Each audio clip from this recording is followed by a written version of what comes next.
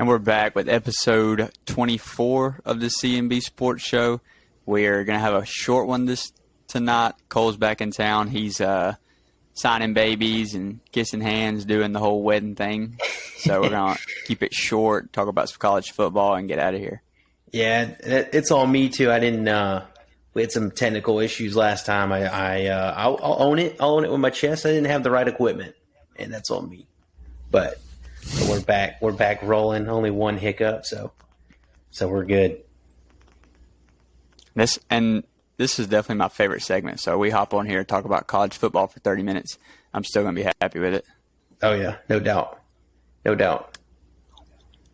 Do you want to? Actually, we just had breaking news. Benintendi to the Yankees. Yeah, that's a big pickup. Hopefully, several trades. I honestly didn't think they were going to get him just because he's not vaccinated. So you don't really want to go to the playoffs and have to play Toronto like in the first round or second round and not have one of your star guys or one of your starters. But I don't know. Maybe he gets that fixed or something. I don't know. Yeah, I mean, I don't think they make that trade without a plan for it, at least. I think, there's no way. I mean, you don't give up what you've been working on, like with a draft pick or something or prospect, and then not have a plan for that. But it's also just one team, so I understand if gets to the playoffs. But if not, then missing a series, I guess. I mean, I don't know. I would rather him just, be vaccinated. I guess not just to be vaccinated, just to play. I get it's. I mean, that's it. It's your own choice. Obviously, it's he's made the choice. Like, we've had the vax for 2 years now, and he's basically just saying, no, I'm not going to get it. So if he did get it at this point, it would be just to play in Toronto, which who knows? In the grand scheme of things, whatever, do what you want. But, the fan in me wished he would. But, yeah, it's what it is. Well, do you want to start or do you want me to with our team totals? I can no, you start. You go for it. Okay. Mine this will be my first under. I'm sticking in the SEC, and I'm taking Kentucky under 8.5. It all comes down to me to a quarterback play. I think last year was, a really good season for Kentucky. They won 9 games. Yeah. So to try to redo that and get 8.5, I really like their coach, but I don't believe in Will Levis. Out of nowhere, he was mediocre all year last year, and then out of nowhere, he's getting all this hype like he's going to be a first-round draft pick, top 10 draft pick. I think it really just comes down to his size. He threw for over 200 yards 3 times last year. So that's not good. Like, that's not somebody that's just standing back there and airing it out. No. I know they try to run the ball a little more, but at the end of the day, you got to have a quarterback that can do something. Yeah, definitely. Just to kind of go on that, like, the SEC East has gotten a lot better in the last 2 years. So, I mean, and I feel like they're kind of staying the same. They're not kind of going with it. Once I looked at their schedule, too, I was like, okay, it's not going to happen. You're not going to get 9 wins on this schedule. But, it's going back to Levis, at one point last year, back-to-back games, he had 102 yards passing against South Carolina, and then the next week he had 87 passing yards against Florida. If your quarterback does that, you should lose those 2 games. Yeah, definitely. They lost Wan'Dale Robinson to the draft. He was majority of their receiving offense last year. He had 1,300 yards. The next guy had 600, and nobody else had 200. So that's a huge drop-off right there. I know their offense still has a running back. I think it's his 5th year. Probably got a COVID year, but like I said, I like Mark Stoops, but I feel like winning 9 games back-to-back years in football when you're at Kentucky is just really tough. Yeah, I mean, it's probably only happened a couple times in the history. Right. Their schedule, they start with Miami, Ohio, so that's probably a win. Then they go to Florida. Then they get Youngstown State. Northern Illinois, at Ole Miss, South Carolina, Mississippi State, at Tennessee, at Missouri, Vandy, Georgia, and then Louisville. So to me, at Florida is a loss. At Ole Miss is a loss. Yep. South Carolina is going to be 50-50. Mississippi State is going to be 50-50. At Tennessee is going to be a loss. At Missouri is going to be 50-50. And then you still have Georgia left there. That's a loss. Yeah. So to me, there's 4 guaranteed loss there's and 3 games that are 50-50. And if you lose the 4 guaranteed losses, I've already hit my under. Right. Yeah, exactly. The rest would just be icing on the cake. Yep. Yeah, I think that's a good pick. And, I mean, like you said, 9 wins. I mean, probably a letdown season, like, or a good spot for it, I guess. You know, it's just tough to be, you know, it's tough to be consistent in the SEC. Like, you really have to bring it. I mean, just to win 9 games every year, you have to bring it, even in the East. So, yeah, I actually like that pick a lot. That was a good find. Yeah, that's a gauntlet. Going to Florida, to Ole Miss, to Tennessee, and then Georgia. To me, that's 4 guaranteed losses. Yeah. Yeah, definitely. So for mine, I'm taking Stanford over 4.5. You know, you're thinking like, hey, Cole, 4.5. Like, what the heck? And did they lose 3 games last year? Yes. But I think based on their schedule and kind of like their pedigree and like their standards, like they're not going to lose. They're not going to have a 3-win season again, you know, back to back. Like, that's just not who Stanford is as a football team. You know, they're always well coached. It's like a tough place to play. Like, you just know you're going to get these big nasties, and they're just going to run it down your throat. And they always give people trouble. I know they're returning a quarterback. So he'll be back. He threw for 2,300 yards last year, which with 15 touchdown passes, that's he broke a record that was set in 1991. So I mean, that's definitely something that's notable. And then they have a pretty decent. Do what? He was a top 3 recruit coming out of high school. He went to Stanford because he just wanted to stay local. He's a California kid. Yeah. So, I mean, they have a tight end is coming back. He's last year he averaged 15.6 yards a reception. And then a lot of their defense is coming back too. So 4.5, Stanford over 4.5. It's at whenever what I'm looking at, I don't think it's live, but it was at plus money. So, I mean, kind of a no-brainer to me. Game 1, they get Colgate. They get Stanford. I mean, USC at home. At Washington, at Oregon versus Oregon State, probably a win. At Notre Dame, probably a loss. Arizona State's supposed to be pretty bad again. Probably a win at home. At UCLA, I'm not really sure what UCLA has. I know they have Chip Kelly, but Washington State's going to be a win, and then at Cal, I think is a win. And then they play BYU at the very end of the season for their last game. So I feel like that's probably a toss-up, just depending on how their season goes. But, I mean, I think they at least have 5 wins, you know, at the least. So I don't know. I just feel like that, you know, it's not a super challenging schedule either. Like, they're the one that's going to be beating people up. I don't think they're the ones that are going to get like the injury bug, you know, just by their style of play. You know, they just play hard. So, I don't know. I feel pretty good about that. I saw that one today. I was kind of just looking around, and I was like, Stanford at 4. It just doesn't feel right. I mean, I know they lost 3 games last year, but I mean, come on, like, or won 3 games. Yeah, won 3 games. So I don't know. It just doesn't feel right to me in my gut. My gut told me to take them. I want to find one that's like 1.5 wins. Yeah, and take it. That's the goal. Take it over the under and just sweat out the whole season. Imagine if you took a 1.5 and it cashed 2 weeks into the season. That's the goal, man. That I'm would gonna try be to unbelievable. pull it up, see if I can find one. Who's the Check on closest like to it? UMass or like Rhode Island or somebody like that.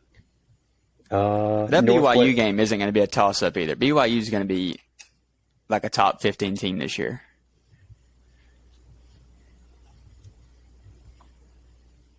They are. Yeah. Just warning you. That defense is going to be serious. We'll see. We'll see.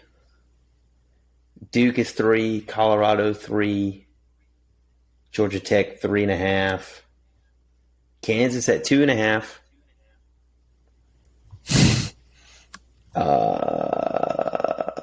Let's see. I think 2.5 might take the cake.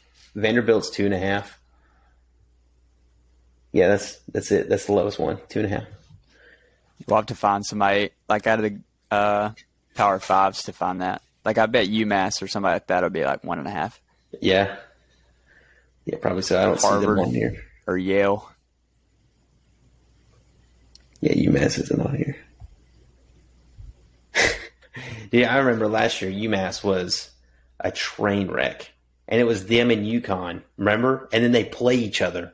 And it was just the worst football game of all time.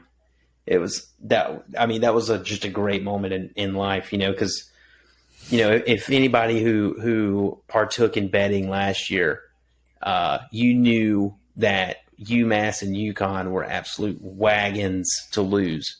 I mean, it was a guaranteed they weren't covering the spread. And and then they face each other, and we're all just riding this wave like, oh man, we've been getting these easy dubs. Like, let's check who we play, and they play each other, and you can't take either of them, because they're both terrible. It was great moment in college football history. I mean, I think that would be awesome to find a team like that. I imagine just rooting UConn to 2 wins next year. I mean, what do you think it's like to be like a football fan of a team like that? I don't think they exist. I mean, there's no way, right? And it's cold. You got to go watch your team lose every game. Not for me. Just come back during basketball season. Yeah, exactly. But I really like this Kentucky pick, though. It might be my favorite so far. Yeah, I think that's a good one. I think that one and Bama and Ohio State are like shoe-ins in my eyes. And like to kind of hunt it out like that, pretty suave. If I do say so myself. Yeah, I'm gonna keep looking. I gotta find a new one for next week. It's a sharp pick. I gotta start looking at unders too. I've been looking at only overs, just because.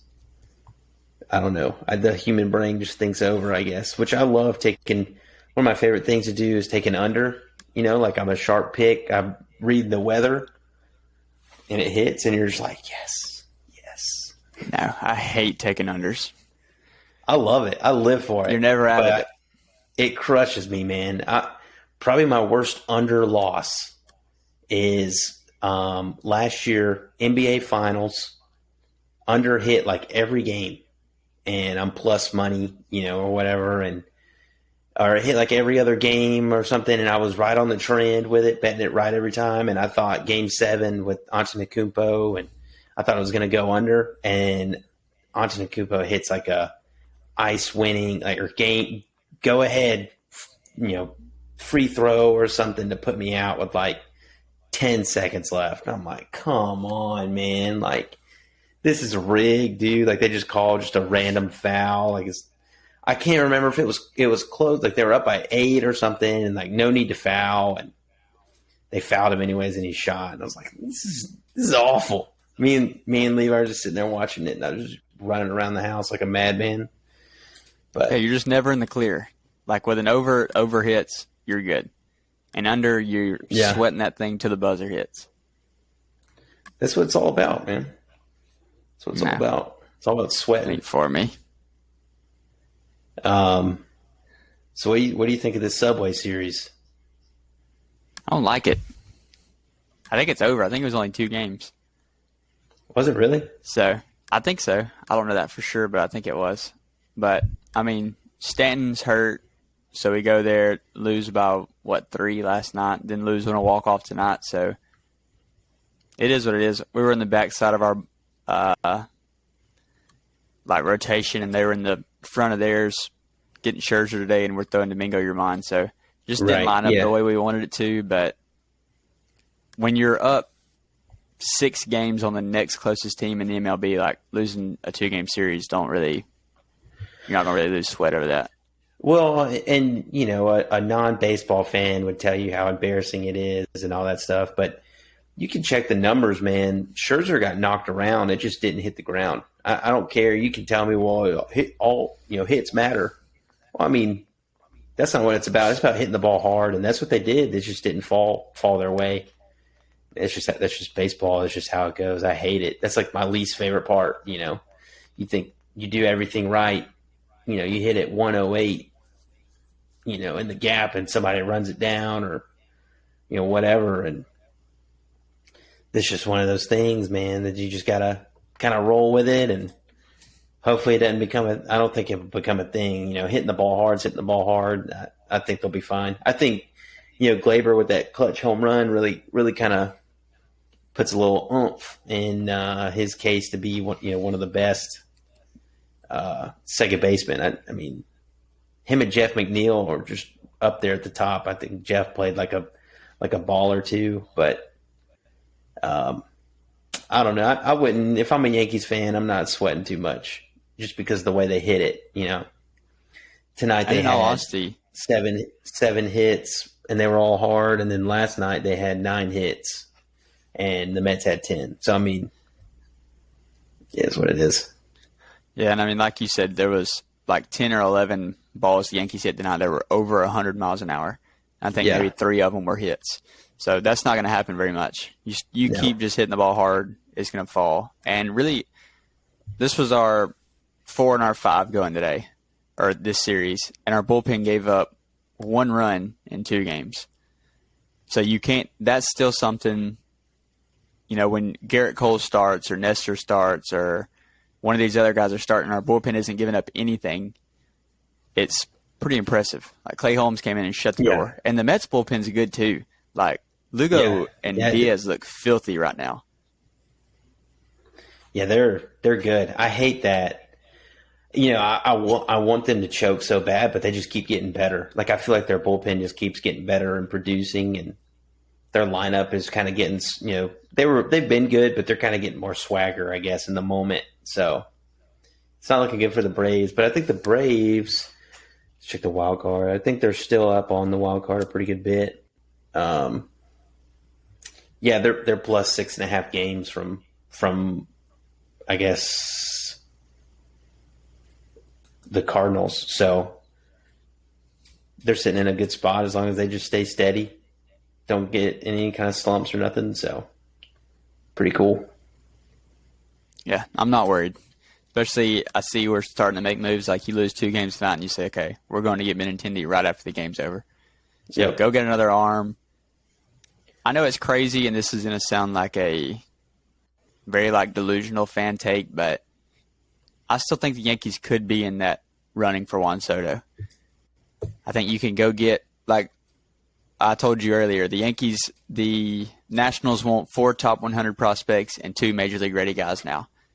The Yankees can give up that in Miguel Andujar, Estevan Flores, and then we still have 4 top 100 prospects without giving up Anthony Volpe, which is really the guy the Yankees have said they don't want to get rid of just because he's he's the next shortstop or second baseman for the Yankees. He's like the number 6 prospect in the country right now. It's projected to be number 1 this time next year. So they could still go get that done. Especially they gave up their 19th, their 21st, and their 50th prospect today to get Benintendi. So you still have number 6 through 10 to go get Castillo, and then whoever, throw the other bone at the Nationals and say, take a stab at him and just get rid of Gallo completely. Right. or use Gallo as a defensive replacement late in the game or something like that. But you can take him out of the lineup. You can take Hicks out of the lineup now and just take your four guys, Benintendi, Judge, Stanton, and Soto if you get him, and those are your four outfielders in your DH. Yeah, I like that a lot. I mean, I wonder if they would go for, like 3, because you really could. You could go 3 MLB guys, right? If you went Gallo, Hicks, and Duhar, or who's the other one that you said? Flores. Esteban Flores. I mean, you could do those, and then still give your prospects away. But I hope they don't get rid of the Dominguez kid. That dude, He's got to go. You've seen the videos of him, but he has been raking. But I guess that's he's a freak. That's just one of those. He's like a Glaber kind of prospect. Like everybody knows who he is, so he's going to be in any kind of deal.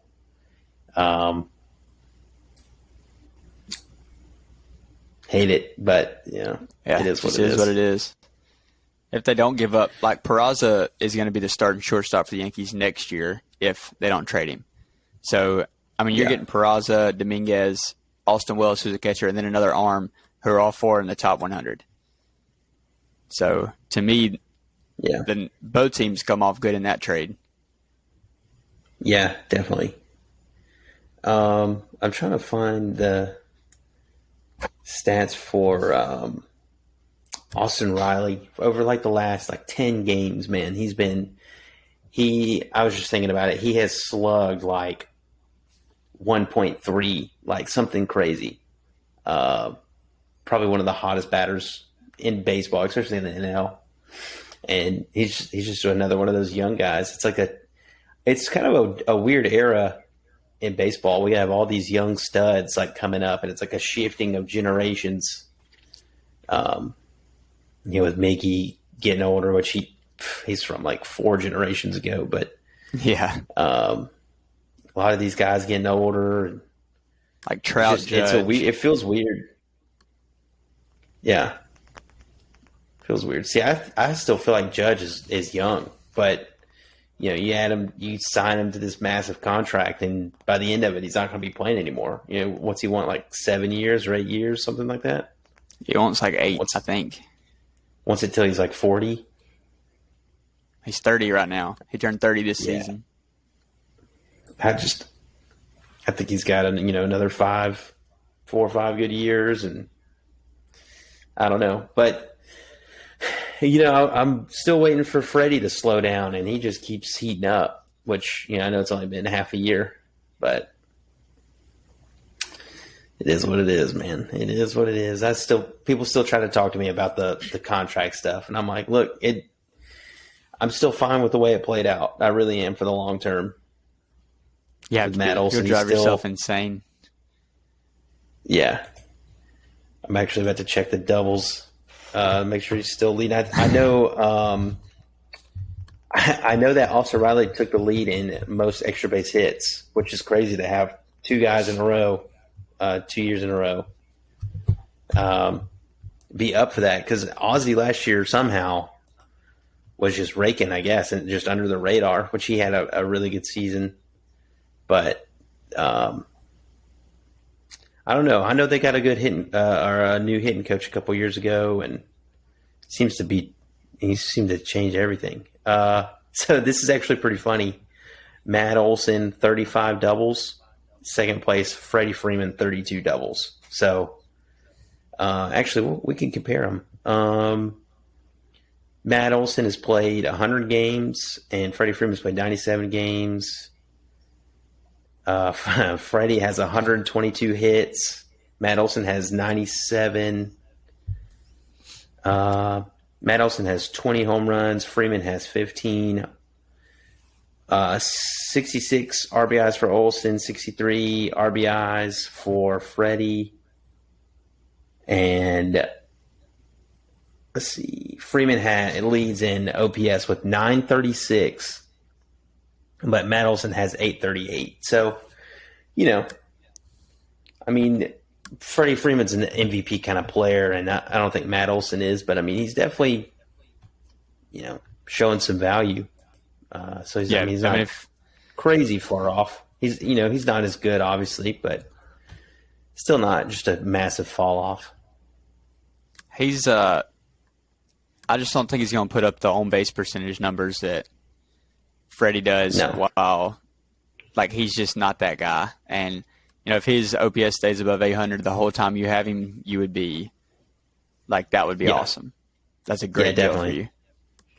Because actually, so I mean, obviously he has 25 more hits, but he also Matt Olson has struck out 107 times, and Freddie Freeman's only struck out 67 times, and that's a lot.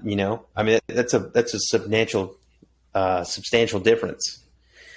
Because putting the ball in play is name of the game for especially in October. But I think the Braves lineup is pretty good at that, anyways. So, guy comes up bases loaded in October, nobody out. I'd rather see him strike out than ground into a double play. Yeah, that's one scenario. What about nobody on, nobody out? That's the only time. That's the only scenario. Or with two outs. No. Yes. If there's anybody on base. Do you want to pull up the numbers? Let's pull up the numbers. Anybody on first base. We can look at the last championships, and I guarantee you they're in the top 5 of the league in least strikeouts because they put the ball in play. That's probably true. But it's still all situational. Thinking that a guy striking out is the worst thing he can do is not true. I mean, no, I'm with you, but I'm just talking as a hitter. If you're looking at a hitter, you would rather them strike out less than more. Oh, that means they're putting bat on ball. Especially a dude like Freddie Freeman, everything he hits is hard. He didn't, you know what I mean? I don't know. I just don't want you to be swinging for a home run, strike out when you could barrel up a single or get a run in, hit a sac fly. I don't know. I don't like the all or nothing. I'd rather you get in a 2-strike approach and battle, live to see another day than just wail at pitches. But I mean, I've also never been paid to play, so I don't, whatever. But yeah, I just hate know, those I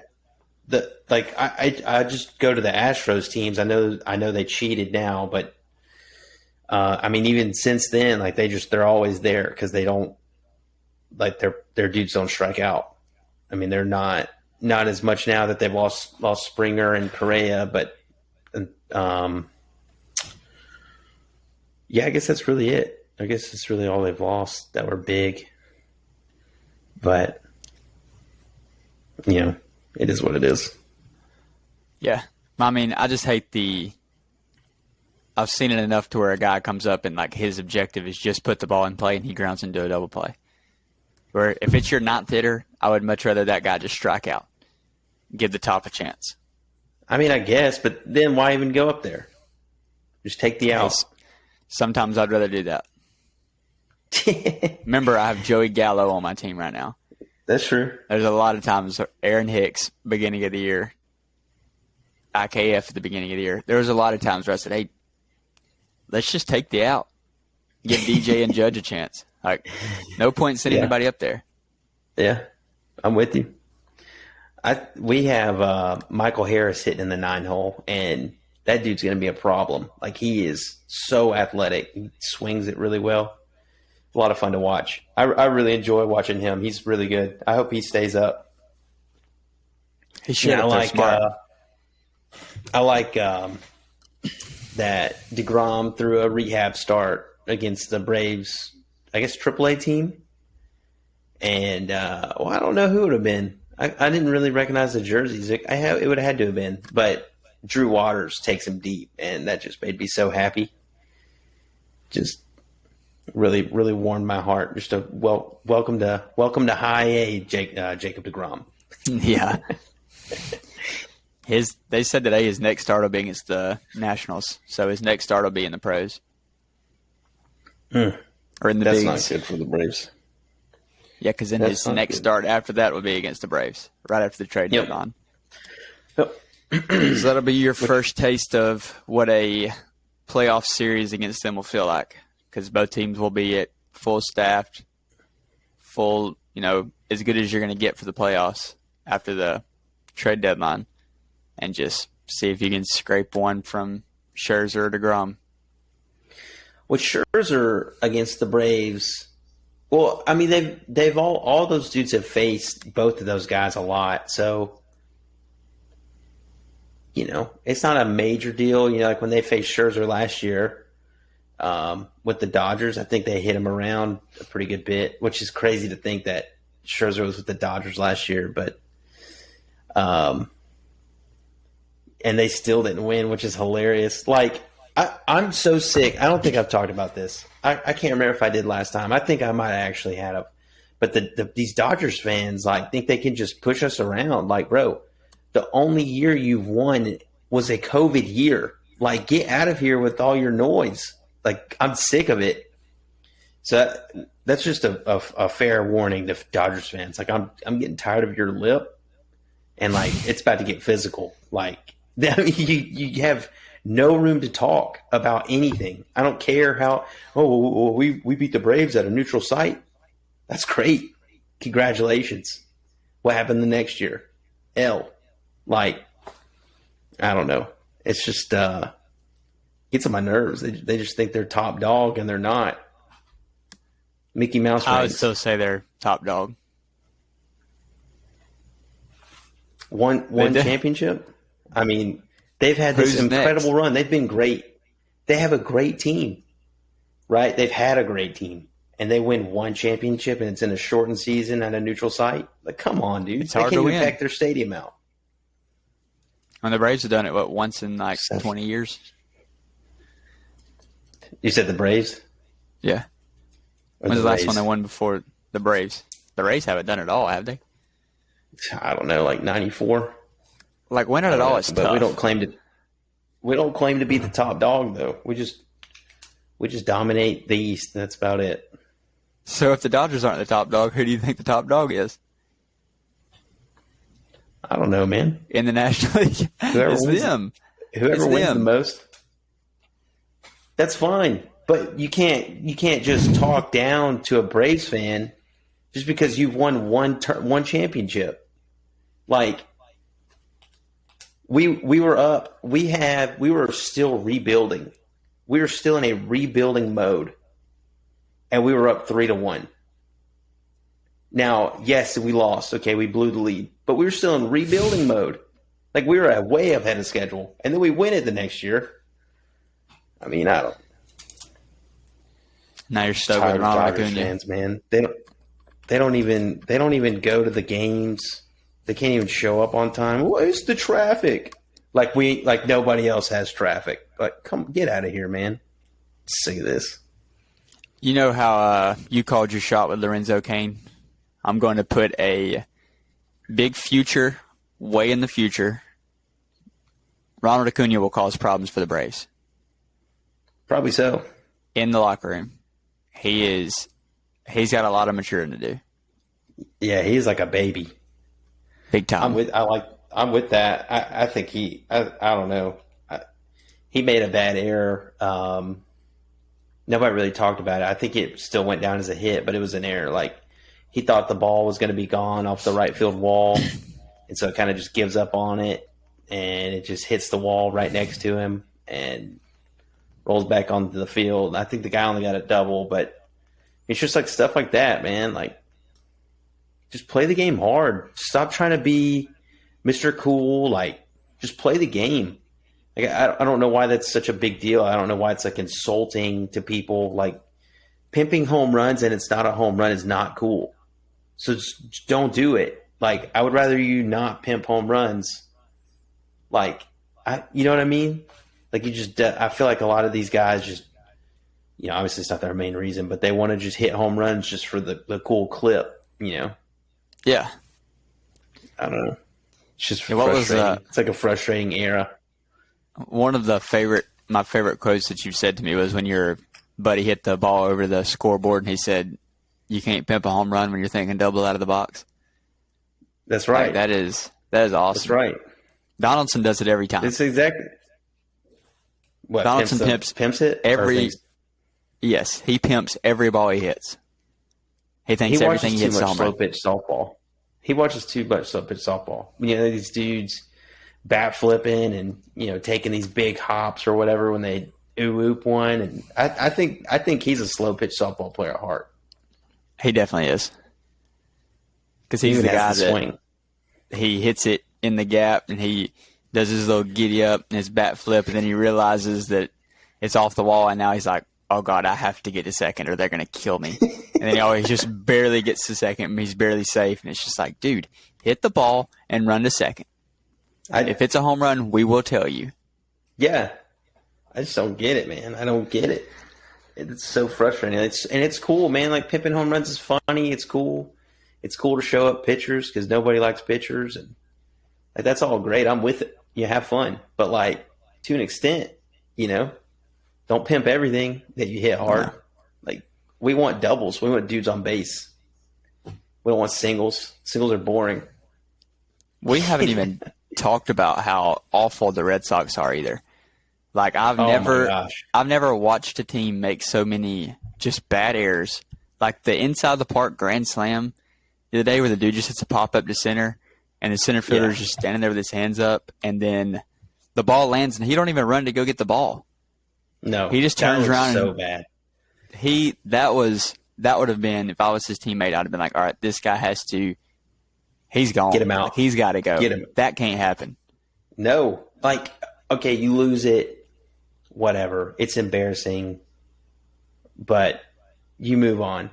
Like, finish the play. I know that guy was probably going to beat you to it, but run back there just so you get that penalty sprint in. Like, you know what I mean? Show some effort. I hate that's one thing that in the pros that gets me too, because you'll see guys dive and miss and they just lay there, you know, knowing the other guy has, you know, backed them up. But like, I don't know, it's like a look thing for me. I don't know. Yeah, and it's like Fenway is your stadium. If you can't read a pop fly out there, this is where you play majority of your games. I haven't seen a visiting team miss one there yet. Me either. Sure. And I've seen the Red Sox miss two, give up two inside the park home runs. Or Gallo got thrown on at home, but it was close. I don't know if I've seen it the past 20 years, so I don't know what's going on. I don't know what's going on up there. Today they gave up a bunt. The pitcher picked it up, went to go throw it to third, and just didn't throw it. Like, the ball went backwards out of his hand. Then they give up a walk-off. Or not a walk-off, but a go-ahead home run to, what's his face? The Guardians. Naylor. Yeah. Alex Cora is just out here laying low still, you know. Doesn't want anybody to see him. He doesn't have any sound bites about him talking about how they're correcting errors or nothing. I don't think he talks to the media. Like, how does he still have a job? That I don't get. I mean, he's just laying low. Just like, nobody even realized he sat out COVID year for the cheating, and he just came back and was like, hey, what's up, guys? I'm y'all's coach, Alex Cora. Don't tell anybody. And that was like midway through the season last year, we're like, whoa, he's back? Like, what the heck? A slap on the wrist. Rob Manfred, man. Terrible. What a nerd. Number one guy I could beat up. But pretty good, quick little show. Ended up being almost normal time. It's just what we do. We're yappers. Yappers yap. But just another week closer to football season, so that's really all I'm worried about right now. That and the Braves trying to come in clutch, get first at least once, man. I just want to be in first place once. But in due time. But pretty good. Let's have everybody have a good weekend. I'll be off at a wedding, so I don't know if I'll be on the Monday episode, but I might be. You never know. Never know where I pop up. So y'all have a good weekend. Love you.